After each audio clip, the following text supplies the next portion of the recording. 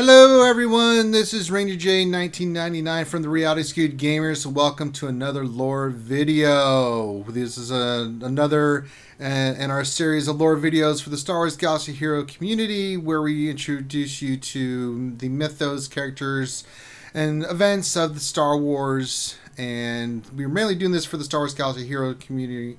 But we also doing it for Star Wars fans in general. And these videos are kind of just as a general introduction to the characters, races, things of that nature that you will see being used in the game. And if you're just a Star Wars fan, kind of what your appetite to see if you want more stuff.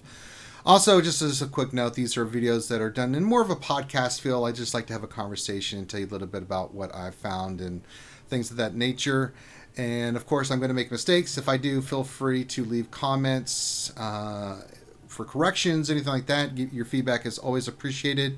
And of course, if you go the opposite way, I will just delete your message and just move on to something else. So, with that being said, the last thing I'll mention is that any image that you see used is you, the content creator, have any issue with any kind of image that we've used, just get in touch with us and we will correct that and get it squared away.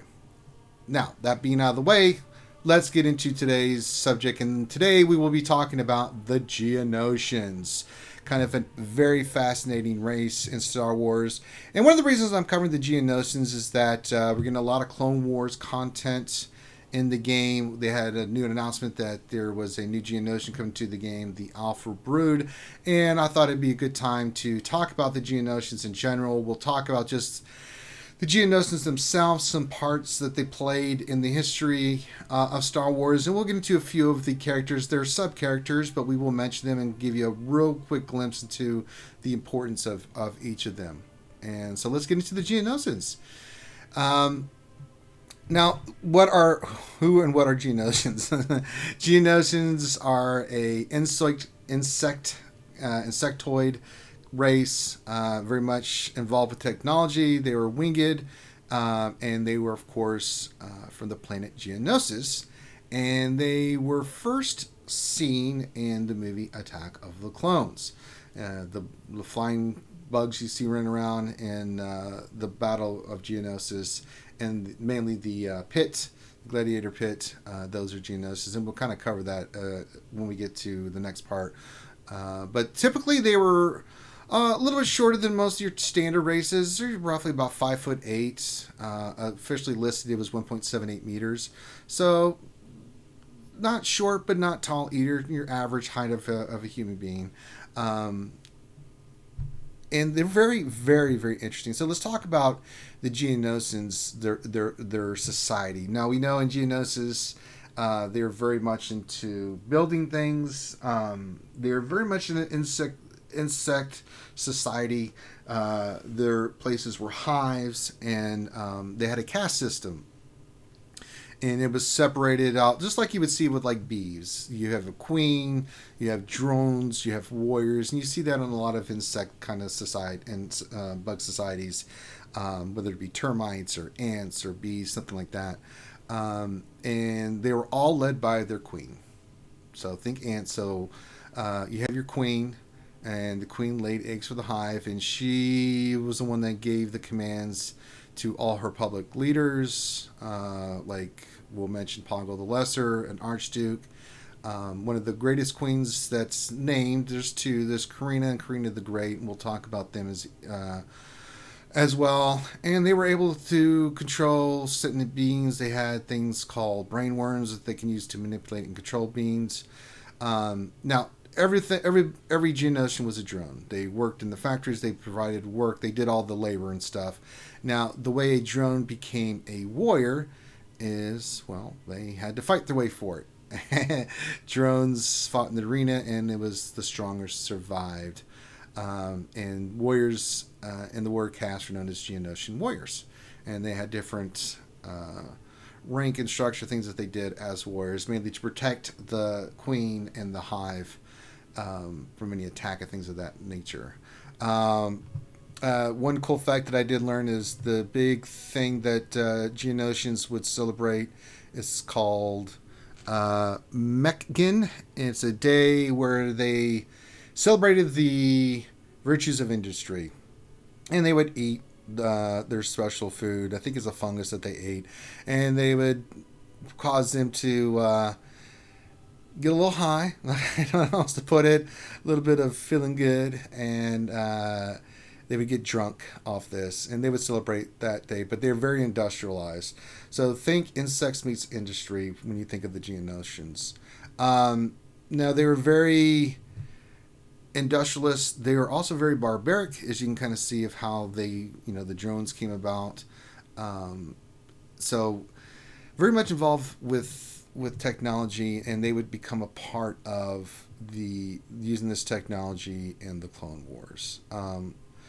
The Queen, Karina the Great, tasked with Poggle the Lesser, got involved with the Clone Wars. Now we saw this in Attack of the Clones. A couple things that the Geonosians were mass producers of the B1 battle droids and things and other droids on Geonosis.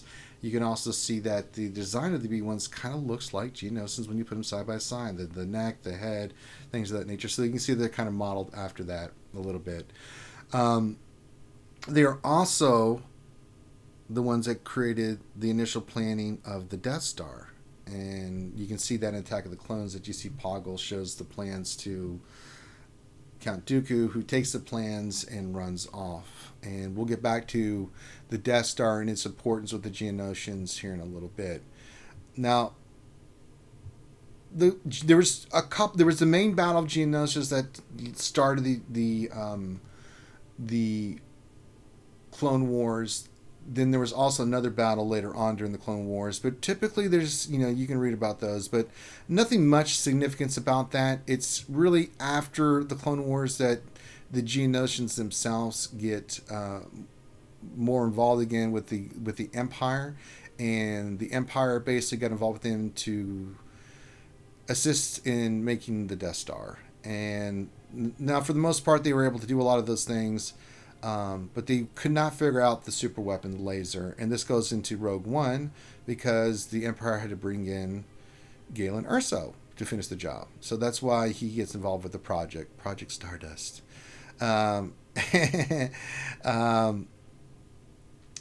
after this, once they'd gotten what they needed out of the Geonosians, and this is the sad thing about the Geonosian species, is that they were basically genocide. The Empire gassed them and wiped them out and destroyed them.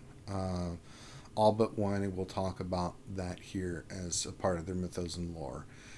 So pretty brutal, and we'll talk about that here now. And that Geonosis was an afterthought. They helped the Empire. They helped them build their super weapon, and then they were annihilated.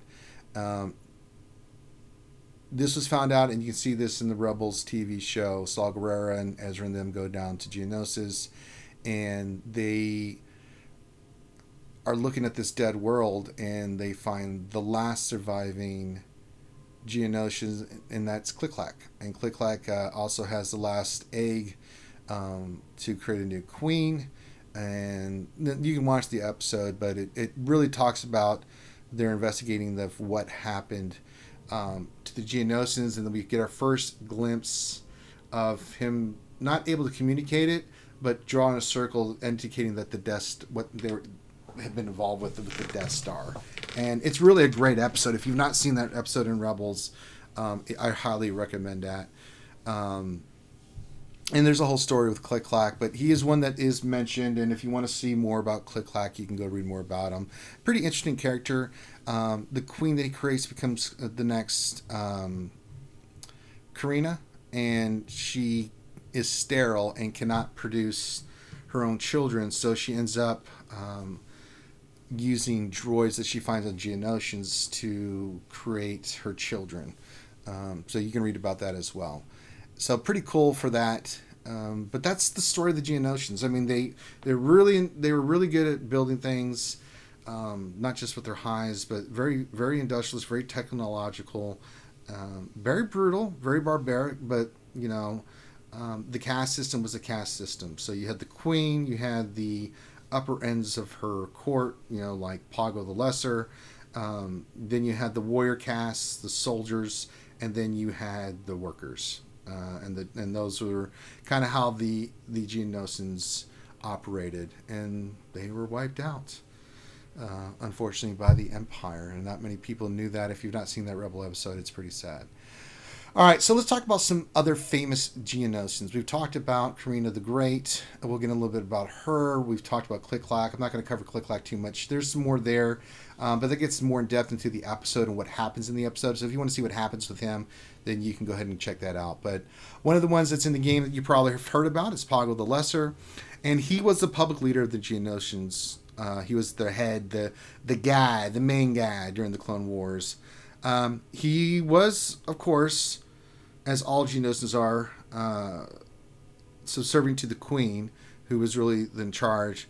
But he was basically in charge of the droid factories, and he became a well-known figure in the Separatists. And so, he gets involved during the Clone Wars with this. And of course, you saw him, as I mentioned, in Attack the Clones, the movie where we kind of see him talking to Dooku with the plans for the Death Star, which we see in Revenge of the Sith, with Palpatine looking at it when Mace and them walk in. So it's kind of cool that it's tied in with the Geonosians and stuff. And there's not much to his story in the Clone Wars other than he was on there in the background and stuff.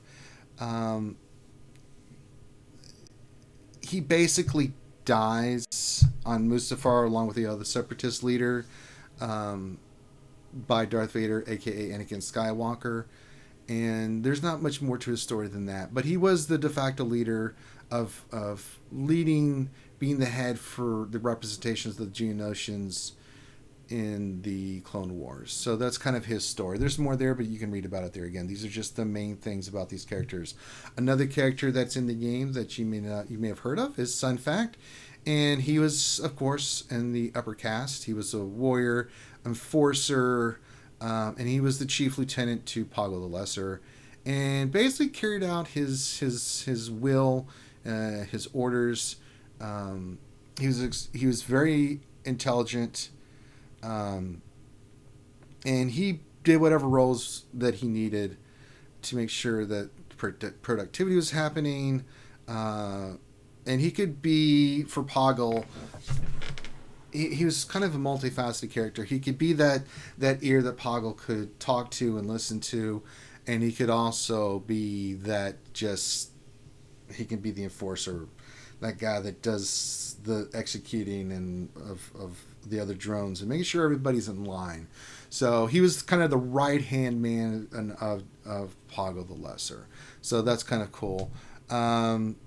We talked about Karina the Great. She was the queen during the Clone Wars, in charge of Poggle and everything like that. And you can read more about her as well.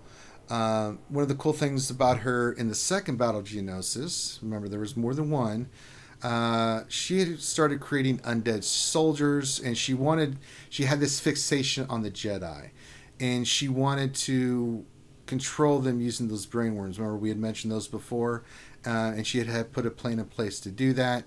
Kenobi came because she had captured, I think, Luminara, and Obi-Wan and Anakin came there. Kenobi told her that she had to basically give her back and she should surrender to the Republic. And then she ordered them to be executed, and Obi-Wan said, "Don't do this." And she thought, "Hey, I'm the queen. You do what I say." And then it led to a fight. And the clones attack. Kenobi attacks. She gets in the battle. She gets blinded, and then she gets buried alive when the temple her chamber collapses on her. Remember, she's a queen. She can't move. And typically, queens in their look, they were, like you see, she had that giant body that produced eggs, and then the top part, which was actually her more Geonosian aspect to her. And there's more to that story, but you can go check that out by reading online, which I encourage you to do. And then Click-Clack, we already talked about, the last surviving Geonosian, and that's more in the Rebels series. So you can check out Click Clack story more about that. But it was a really interesting story arc to see that whatever did happen to the Geonosians after that. Well, they helped build the Death Star, and then the Empire said, "Okay, thanks," and then executed them all, except for Click Clack, who survived. So kind of a hard story. I mean, you see this in a lot of the Separatists. They were used just like the Republic was by Palpatine's schemes, and once they were used, they were thrown aside, and it turned out to be their undoing. We saw that in the previous lore episode with Wat Tambor. Once he had died, the Empire took control of his assets with his union, and we see that happening with the Geonosians being under the influence of the new formed empire, being used, discarded, and these guys were absolutely destroyed. I mean, at least with the Techno Union, there was a corporation, but that just tells you the atrocities of the empire, that they wiped out a whole civilization. Pretty sad. So that in a nutshell is the Geonosians. So I hope you guys enjoyed this video. I enjoyed making it. There's more to it, but again, I want to keep these just to the main points of the characters. There's much more I can go into. But the Geonosians, if you want to read more, just go online. There's tons of stuff there. We're going to be getting more stuff with the Clone Wars, Star Wars Galaxy Heroes. But if you like what you see, guys, do me a favor, as I said, leave comments, subscribe. Make sure they're constructive comments. And with that, this has been another lore video. Thank you for watching, and we'll check you out next time.